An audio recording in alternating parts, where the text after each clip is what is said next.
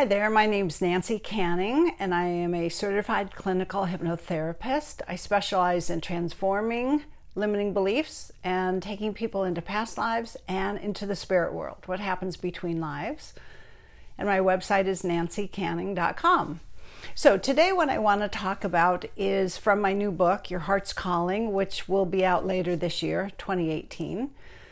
But it's something that involves, I think, every one of us. It's called getting distracted.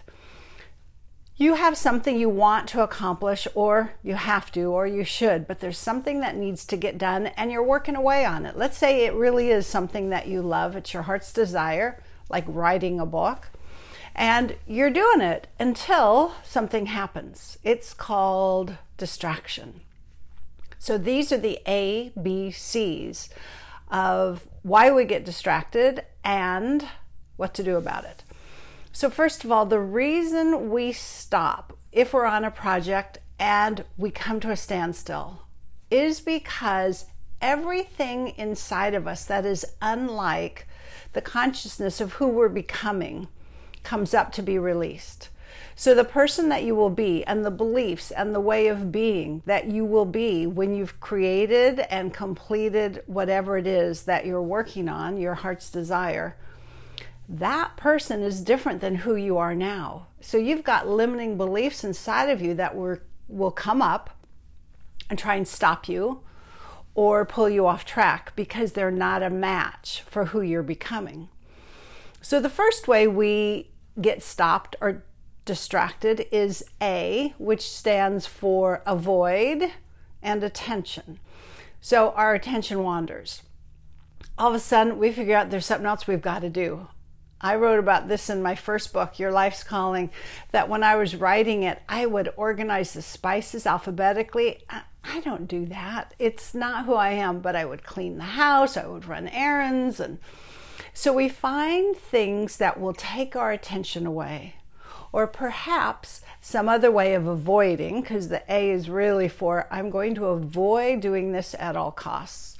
We'll run errands, or we'll start to work on something else instead. Another very worthy project that all of a sudden we think is better.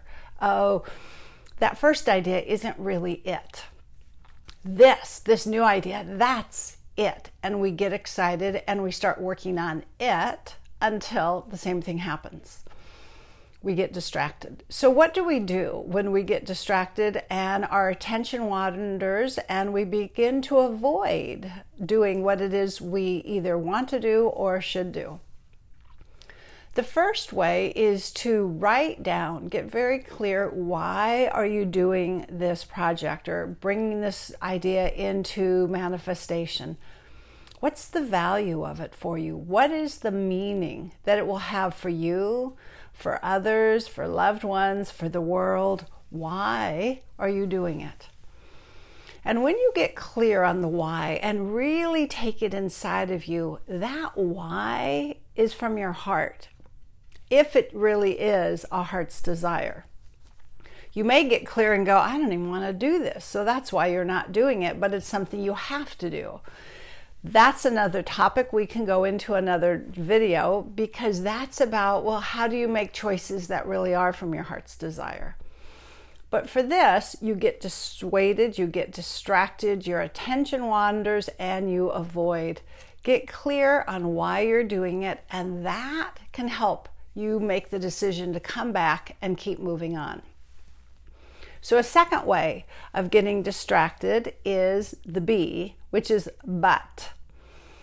This is the voice that begins to get louder and louder, but I don't know if I'm doing it right. But maybe this isn't any good. But maybe people won't like it. But maybe I will fail. That's the big but, the double B. Maybe I will fail. Maybe this will have a terrible impact on my loved ones. Maybe if I really succeed at this, it's going to destroy my home life, or people will be jealous. I mean, we make up all kinds of stuff. So write it down. That's what you do when you start hearing that voice. Listen inside to what's going inside and write it all down and take it out to the end. But what if people won't like me? Well, then you write down well, who are these people? And what do I care? And how do I know they won't? And what if they do like what I'm doing? What if they do approve? Why does it matter to me about their approval? So you start taking apart these excuses that often just stop you without you going any further. And for the fear, what if I fail? Take that one all the way out. So what? Say you fail.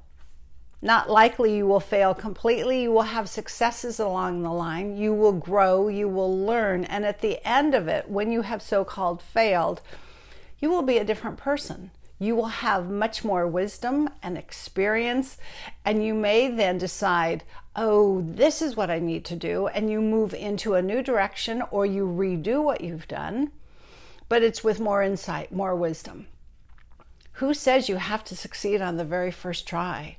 And success is what you call it. Failure is because you call it a failure. It's just your first attempt. It's just your learning experience. But all of this stops us. And so we need to be able to really go deeply into what is my thinking all about? Because you're making it up.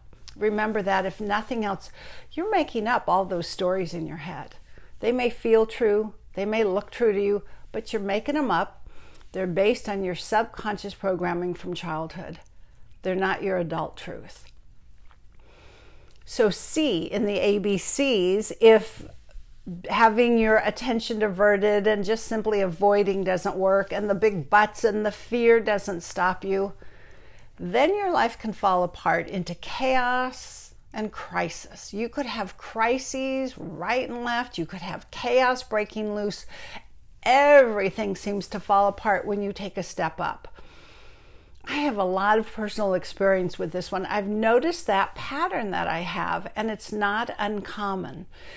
Sometimes it's just a little bit of a crisis, and it just looks like it's not so great, but you work through it, and it wasn't a big deal.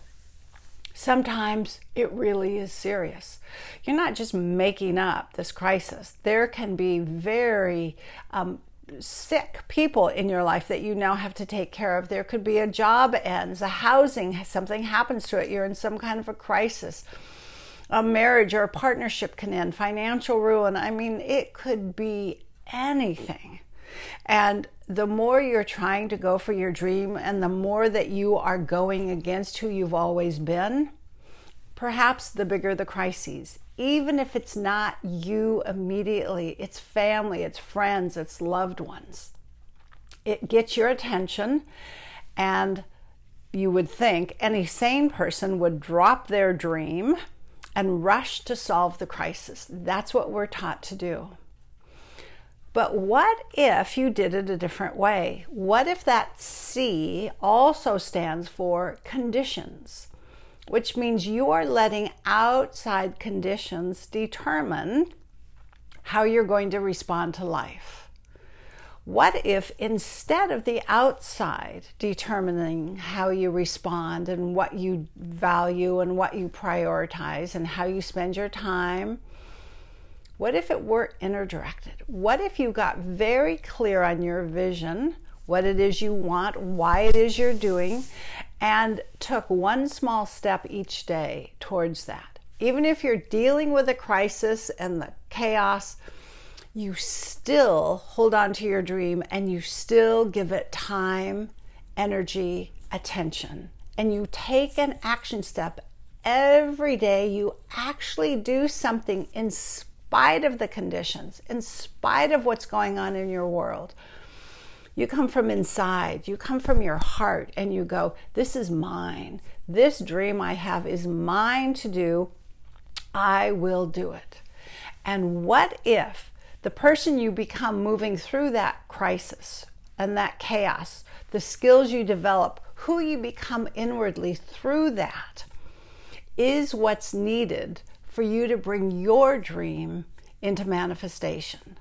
What if this is all part of it? What if this is what it looks like as it's all coming together, although it looks like it's falling apart?